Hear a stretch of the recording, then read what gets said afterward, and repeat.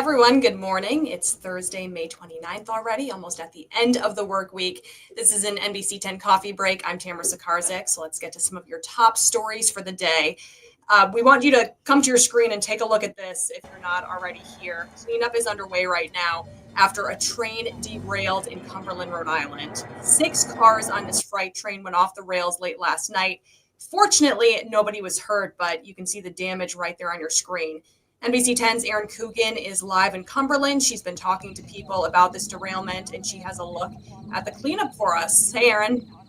Yeah, hey, Tammy. Well, we've been covering this, as you've mentioned, for quite some time overnight from that 10 o'clock hour since the Providence and Worcester Railroad Company said that this train did derail from the tracks. You can see these 2 cars have the most obvious damage, the leaning onto this side road here, where just feet away are residential houses and streets. So they do have some detours in place. That cleanup process was supposed to begin early this morning. They estimated around 7 o'clock they would have things back under control. But as we can see right now, they're just pulling in cranes. They're just pulling in bulldozers. And obviously, with the leanage here, it's going to take quite some time to actually get this back up and off the train tracks.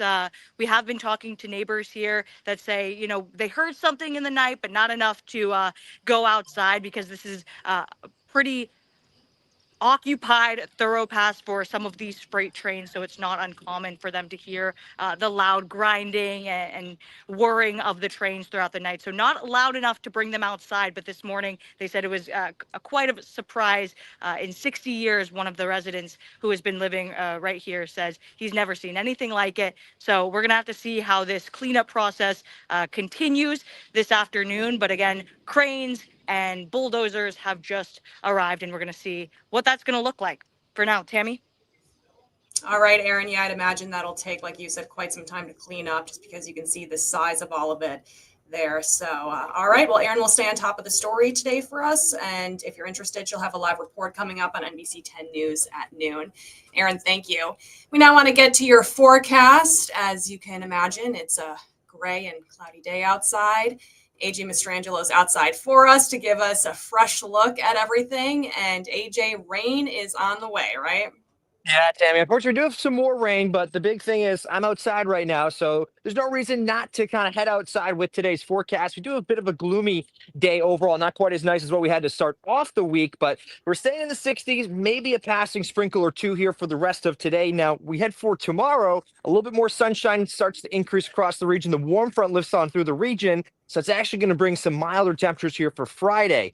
Now, it's tomorrow night into Saturday where we start to see the rain push into the region. This rain could be heavy at times, especially through our Saturday morning. A few of these showers could even linger into Saturday night, early Sunday morning. So you're going to want to stay with Storm Team 10. Of course, we're updating the forecast continuously. A little bit of ambiguity amongst the models regarding the weekend forecast, but unfortunately, it is looking a little bit wet. We did a nice few days to start off here this week. We got the wet weather, especially for Friday, Saturday into Saturday night. But then after that, too, things are starting to improve. Next week, promising some above average temperatures as we'll see southerly flows start to reemerge throughout the region. So kind of pushing some of that warm air they're seeing in the Gulf Coast states up into our regions we head for next week. Expect to see some 80s, upper 70s Wednesday through the end of next week. So something to look forward to, a little bit of light at the end of the tunnel. But Tammy, Christina made a graphic the past 4 weekends featuring some sort of rain. I'll be sharing some of her findings coming up at noontime. So you're going to want to tune into that. And of course, we'll have all you need to know for your weekend forecast coming up at noontime.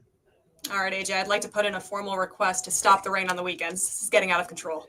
I'll put in my word to Mother Nature. All right, sounds good. Thank you, AJ. And everyone at home, just let you know that we can see your comments that you're leaving us. So Abdul says, hello, good morning. Good morning to you. All right, let's check in on another story right now. Sharks, obviously, always a big story in this area, right? Well, the Atlantic Shark Institute says the giant fish spotted off Block Island earlier this week is a basking shark.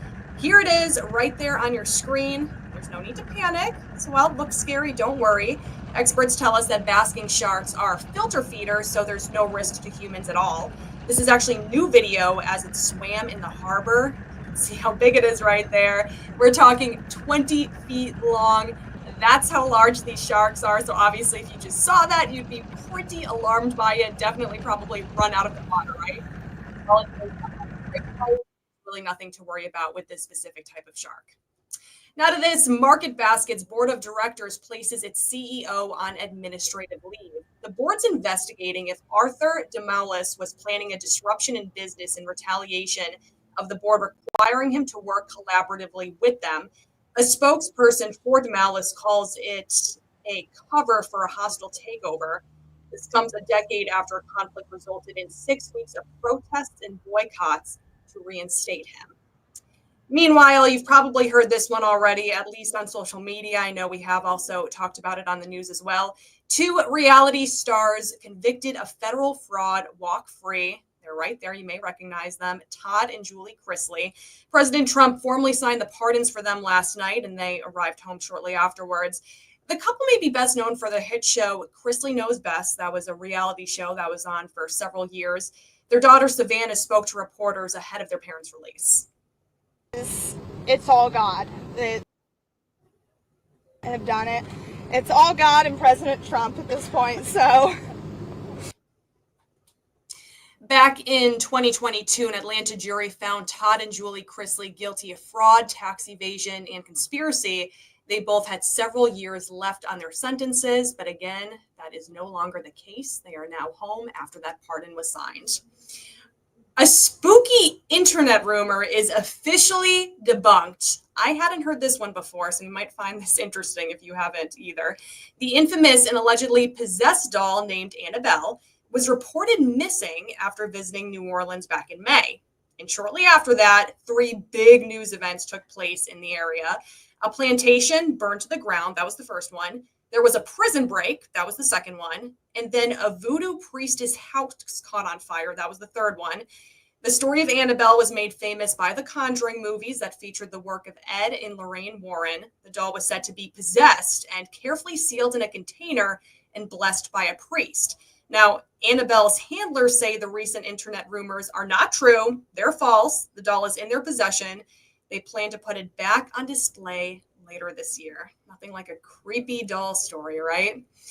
All right, well, that does it for us this morning on Coffee Break. Just a few quick updates for you guys. We do have a new newscast coming up. I'm actually anchoring it today. Barbara Morse is off, so we hope that you join us today on NBC 10 News at noon and later tonight at 4 o'clock as well. Keep in mind any updates on news stories, ongoing stories will always be available on our website, turnto10.com, and we always have lots of content streaming on our YouTube page. To find that, you just have to search WJAR NBC 10 on YouTube, and it'll bring you straight to our page. All right, grab a cup of coffee, head to work, and stay dry today. Have a great day, everyone.